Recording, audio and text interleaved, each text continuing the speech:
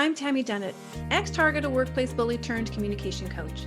But it wasn't that long ago when I lacked the skills, the tools, and the knowledge to ditch the drama, confidently handle difficult conversations, and create better relationships. Fast forward past many failed attempts and lessons learned, and you will see the business that I have today. One that is helping others just like you to find the confidence and peace knowing you can change your circumstances one conversation at a time. I created the Dissolve Workplace Conflict Summit to give you access to industry leaders who are sharing simple, actionable, step-by-step strategies so you can do the same. If you are an employee, supervisor, or an employer and you are looking to access the top strategies to successfully dissolve conflict without damaging your relationships, then you, my friend, are in the right place. Today, I'd like to introduce you to Ritu Riyat. She is a public health professional and the founder of the Stress Detox, specializing in helping individuals and organizations reduce stress and burnout. And boy, do we need that. Ritu has been featured in the New York Times and is a regular contributor to the Huffington Post. Her top-rated course, The Stress Detox, Reduce Stress and Burnout in the Workplace, has reached over 9,000 students worldwide. Ritu holds a Bachelor of Science in Genetics, a Master of Public Health Epidemiology, and is board-certified health education specialist.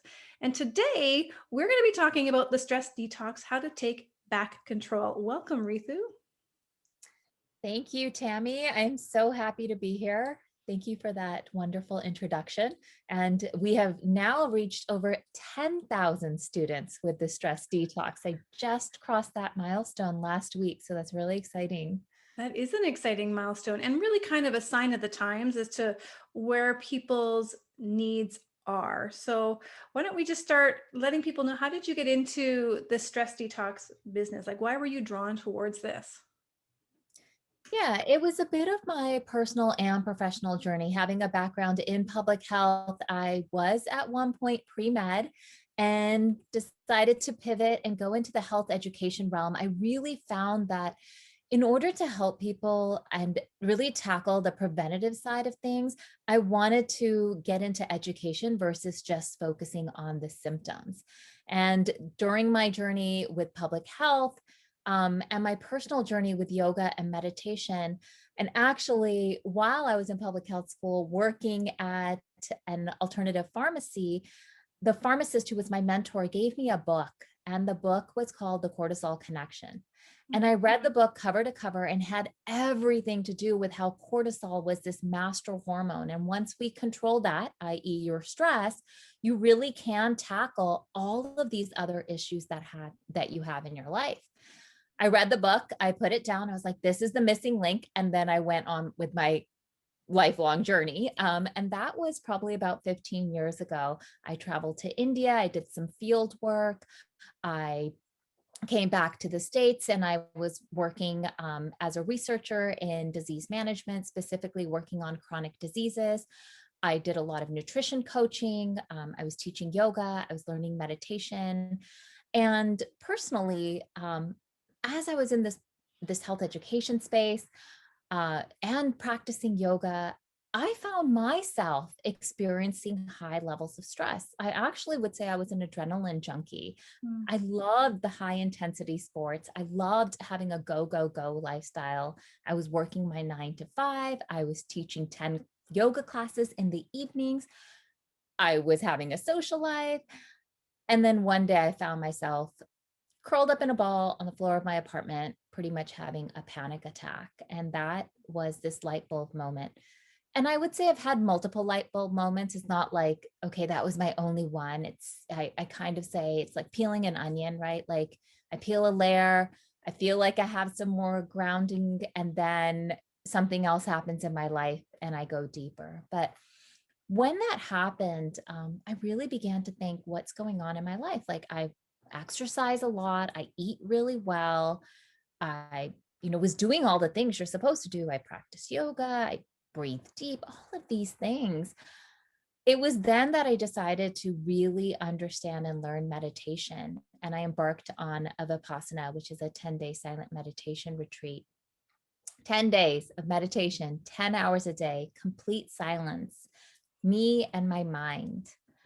And it was there that I realized, like, okay, It's the thoughts in our mind, controlling those thoughts, understanding them is how we can really begin to manage the stress in our lives. So I brought all of those things together and created the stress detox. That's amazing. I don't think I can go 10 minutes, 10 days. I think I would welcome the challenge. I'm not sure how to do with it, but that's an amazing journey just in itself, 10 days, never mind everything else that you've gone through. What I thought was interesting is when you shared that, you would find out like, why am I feeling so stressed and burnt out? Because you're doing all the right things. That was one thing I wanted to circle back to, because I think a lot of people listening will feel like they are doing all the right things as well. And so maybe just realizing today as we talk that there's actually a name for how they're feeling in spite of all of their efforts. So do we want to maybe define stress or burnout a little bit more clearly so that they can put a label to their issue if that's what it is?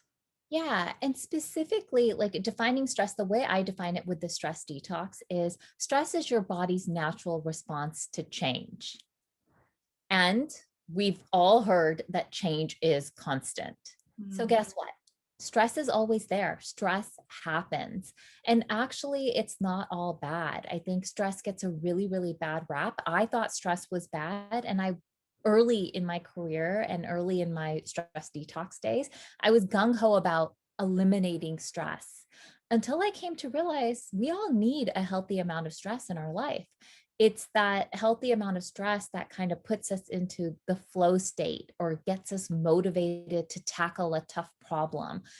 And because stress is our body's natural response to change, that could be what we perceive as good change, um, buying a house, getting married, having a baby, getting a new job, even, you know, getting an award at a job. Those are all quote unquote stressors. Our body will still respond to it in some way, as well as what we perceive as negative or bad stress.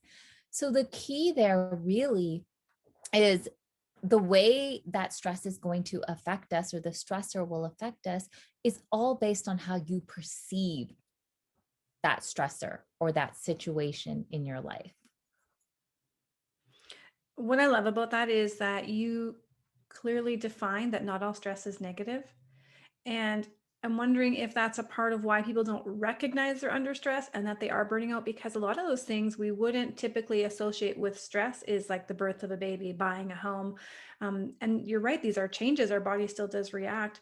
And I can see some people having light bulb moments just right now going, oh, like I didn't realize that that happy moment was still also causing stress and hormone changes in my body that I needed to adapt to. Yeah, yeah, 100%. And what we really need to do is have the relief, right? When something exciting happens, have that moment to just sit with it. I am notorious and have actively been practicing this, but I've been notorious for being the doer. And I'm sure many can relate to that, especially if you're a high performer. And we really celebrate high performance. We celebrate like tackling that entrepreneurial mindset. And being the doer means you accomplish something and you don't even give yourself a minute to acknowledge that you've accomplished it. You haven't even acknowledged the high that you're on. You're ready to get on to the next thing. That's how I operated. I was like, all right, whether it was in my personal life of I'm going to run a marathon, let me train hard, let me accomplish that marathon. Great. Now what's next? What am I going to do next? Or if it's something, even crossing this finish line with the 10,000 students with Stress Detox, I saw that milestone and I was like, all right, that happened. And I was ready to go, okay, what's next? And then I actually had to pause and apply these detox principles to myself and go, let me just sit with that and ask the question, how do I feel? Like, how do I really, really feel in this moment? And identifying the words, that are associated with that feeling. The words I came up with was, I feel eager to see what's next and I feel accomplished. and just kind of sitting with that and allowing those feelings to bathe over me. Mm. Is that part of becoming aware of these sensations in your body, is labeling what's happening? Yes, exactly. So the stress detox has what I call the 3D framework. And the 3D framework is develop your awareness. Without developing your awareness, you really have no idea how your body's responding to this change. And your body's responding all the time, but you're just not aware of it. And in order to become aware of the subtle sensations, you have to hone in on your awareness muscles. You have to recognize those subtle sensations, so that you can catch as your stress is elevating earlier on. Okay. Those subtle sensations could just be a slight change in your heart rate. It could be, you're sweating a little bit more. It could be feeling a little bit fatigue. Um, it could be feeling a little distracted. So those are all, sensations that happen in your body. So developing your awareness muscle through things like meditation or any other brain training exercise where you're holding your focus, and then sitting with the sensations. Or the second D is discovering where stress is hidden in your life, or just that discovery phase. So discovery is just sitting with the sensation, building your tolerance for the emotion, which is energy in motion, right? Building your tolerance for it. Typically, when we feel any sort of discomfort, the first thing we want to do is distract ourselves. Distraction is not one of the 3Ds.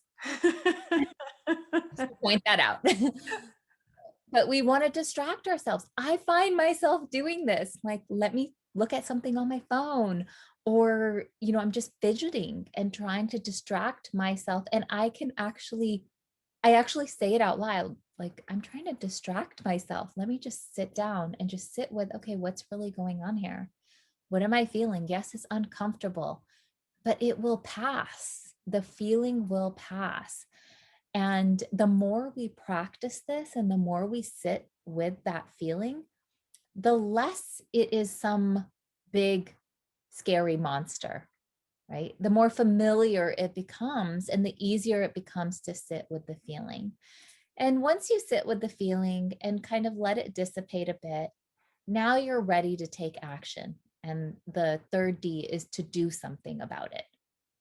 And you can do anything from the stress detox arsenal. It could be going for a walk. It could be phoning a friend. It could be journaling. It could be taking a deep breath. It could be moving your body with yoga, whatever, you feel is appropriate for you in that moment. It could be writing that email and actually pressing send. Oh, that's awesome. You gave us a lot to think about there, and I wrote down a few things. As you were talking about the subtle sensations, just from my personal perspective, I notice for me, it's my shoulders hiking. Like I'm forever getting tense in my neck and my back, and it'll show up as my shoulders will be up by my ears, and I'll be like, hey, Tam, lower those shoulders down and check out what's going on. But I don't think I've ever sat with the emotion. Why do you think we don't take time to sit with the emotion and figure out what it is and what's going on? I think a big piece of that is just emotional illiteracy. We've just not been taught how to sit with our emotions. I think about this a lot because, as I'm exploring emotions more and more these days, and as everyone is exploring emotions, sitting in quarantine, identifying how they're feeling and recognizing like, we need language for our emotions in order to resolve any type of conflict. You need to put language to it. And we have this ability as human beings to apply language.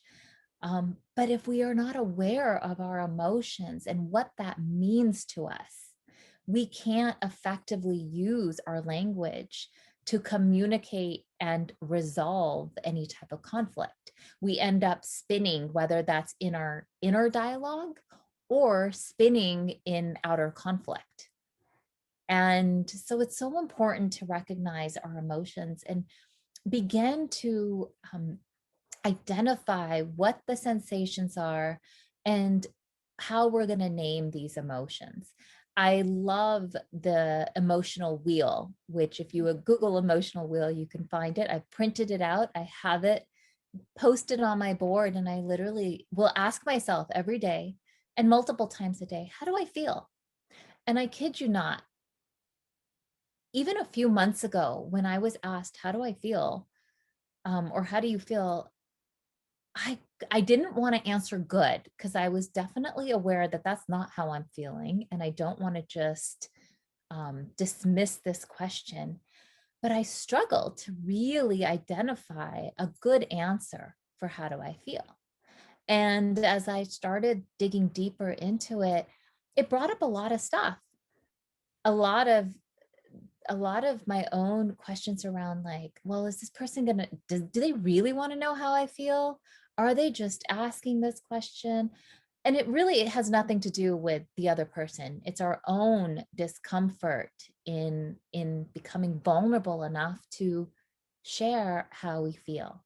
We don't have to go into all the details, but if you're really feeling frustrated and your answer is I'm good, well, now you're disconnecting from your truth. You're not in integrity with yourself.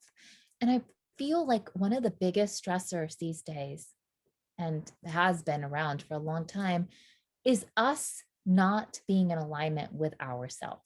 Mm.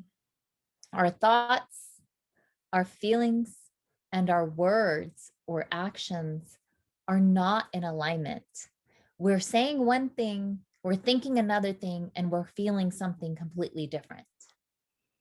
And then we walk around trying to keep it all together. Right, because that's what you're supposed to do, right? You're supposed to do. And on the surface, you probably look like you have it all together. And underneath it all, we're struggling. Yeah, you're like the duck underwater, right? The duck on top of the water and the feet underneath are just a going.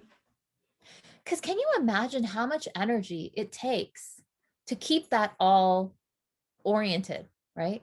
Okay, I said I'm feeling good. Okay, but I'm really feeling frustrated. I'm going to act like I have it all together. And I got to keep that all sorted. Mm-hmm. That in itself sounds like a stressor that only perpetuates the problem that we're having with stress. Is that you mentioned so many key points there: feeling vulnerable, making sure that they're truly interested, and it's not just a like a salutation as they pass you in the hall. Hey, how you feeling today, Bob?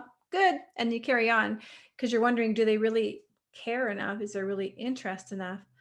But I'm actually starting to wonder, does it matter if somebody else asks that question if we can't be honest with ourselves and really sit with that? I'm starting to feel like this is more of an individual effort to help decrease the stress, is just becoming really aware. You've given me a lot to think about today. It absolutely is an individual effort. It starts with ourselves because the only person you have control over is yourself. Mm-hmm. And I think it's this illusion that we all live by where we're trying to please others. We really are, by not being ourselves. We're trying to make sure others are not uncomfortable, right? Mm-hmm. If we say, no, I don't feel good, and then their response may be discomfort, because many people are uncomfortable with vulnerability. And so in order to not make others uncomfortable, we just say we're good. Do you think in the workplace, so I mean, obviously this is true in the workplace and in your personal relationships at home, we do the same thing. We try to minimize and mask the stress that we're having because we have fears that are related to that relationship. But in the workplace, I'm wondering if there's even another layer of culture around what an employee should be, how they should behave at work and how they should interact, if that contributes to this lack of being in touch with our own feelings and our needs. I think that's a part of it. I do think, given current events, those lines are getting blurred, right? We're all on Zoom. If you have kids, pets, whatever's happening in your life kind of gets blurred into your work life. And at the end of the day, it's all relationships. What we're really trying to work on and what we need to work on is our relationships as a whole, starting with the relationship you have with yourself. If you're aligned and in integrity with yourself, then you show up at work in the same way. And the language might be different, right? You might have to be a little bit more tactful when you say you're not doing so well at work than you might be at home in your personal relationships. But it's really about being honest. And I think when you show up that way, people, even in the workplace, will appreciate it. They will start to show up in a more authentic way. We all talk about authenticity and how important and valuable it is. And I started looking at, like, what does that really mean to be authentic? It is a word that we talk about so much. And I think authenticity means to have that alignment with your thoughts, your feelings, your actions, and your words. That is beautiful. Now, I know you are going to offer to our listeners the 5-minute mind. Why don't you tell us a little bit about that so that they can get a jump start on this? Yes. So the 5-minute mind is a very short course that I created, and it came up as more and more people told me, I can't meditate. I don't know how to meditate. I don't have time to meditate. I'm not good at meditating. And I've heard it all. And to be honest, I was one of those people that when I first started meditating, I sat there, set a timer for 5 minutes, closed my eyes, and I could have sworn the timer just broke or something, because it must have been, 20 minutes or so. Forever. Yes. I opened my eyes and not a minute had gone by. And it is challenging to sit, especially when you're not quite sure if you're doing it right or wrong. And again, high performers, they want to know, like, am I doing this right? Am I doing it wrong? Like, what am I supposed to feel? What am I supposed to know? What's the indicator? And the tricky thing with meditation is there really isn't an indicator, and especially not right away. And there is no right or wrong way per se to do it. It's really just about having that time where you are sitting in silence and just observing the mind. So I created the 5-minute mind as a program to teach people how to meditate 1 minute at a time. Literally, day one, we do 1 minute. Day two, we build on that and we do 2 minutes. Day three, 4, 4, and 5, you do 5 minutes. And by the end of it, you have a 5-minute personal meditation practice. And I bet once you start doing 5 minutes, doing 7, doing 10 is not that much of a leap. It's really creating the daily habit, creating the consistency around it. That sounds like something doable. And I appreciate that you're sharing that with the audience, because I too tried meditation. And I remember sharing this with a friend, and she knows this. We had to hash it out a bit because I was sharing with her my experience, and she was like, oh no, this is how I do it. And I was taking it like I was doing it wrong. And it was my first time doing it too. And I was just so excited that I was able to quiet my mind for a while. So I think it's so important that people hear that it is a personal practice and that you're going to guide them to do that. It's amazing. I want to point out, because you mentioned something, and I do hear this a lot around quieting the mind. And I think there's this idea or thought that is pretty pervasive that, like, if I'm sitting to meditate, my mind must be quiet. And that's kind of the goal of meditation. And it really isn't. The mind's job is to be noisy and to generate thoughts. That's what the mind is for. So it's doing its job. So it's not so much to quiet the mind. That may happen for little snippets, but it's really just to allow the thoughts to float on by without you connecting to the thoughts. So the mind may seem noisy, but you're just focused on one thing. And it could be the breath, it could be a sound of a river, it could be anything that just kind of has like a very consistent sound, and you're just focused on that, and you're letting the noise just soften into the background. Mm-hmm. Yes, and that's a good point, because when I was thinking about that, it was I ruminate a lot, and I stick on things, and it was like just to acknowledge them and let them rest so that the next thing could come through. to let my mind just be where it was. Yeah. Fabulous. Well, thank you so much for joining us today and sharing that. Is there anything you want to share before our time is up here that I didn't ask? I just want to reiterate how important it is to really look inwards and really begin to, with the stress detox, I talk about becoming a detective. So you are your own detective, identifying those feelings and emotions and always aiming to feel good, right? Like you are allowed to feel good and you have control over feeling good. You may not have control over the circumstances that happen around you, but you definitely can control how you're going to respond to those circumstances, and always looking for that one good golden nugget in every circumstance. That's brilliant. Brilliant. What a way to end it. Thank you so much for joining us and sharing your zone of genius with our attendees. Thank you so much, Tammy. Awesome. And that's an official wrap on this session of the Dissolve Workplace Conflict Summit Speaker Series. Now be sure to connect with your favorite speakers by clicking on the link below and taking advantage of the free resources that they are sharing with you so that you can dissolve your conflict without damaging your relationships. Now be sure to head on over into the Facebook group Dissolving Workplace Conflict and give us your favorite takeaways from today's session using the hashtag Dissolve Workplace Conflict. I can't wait to see what you've learned.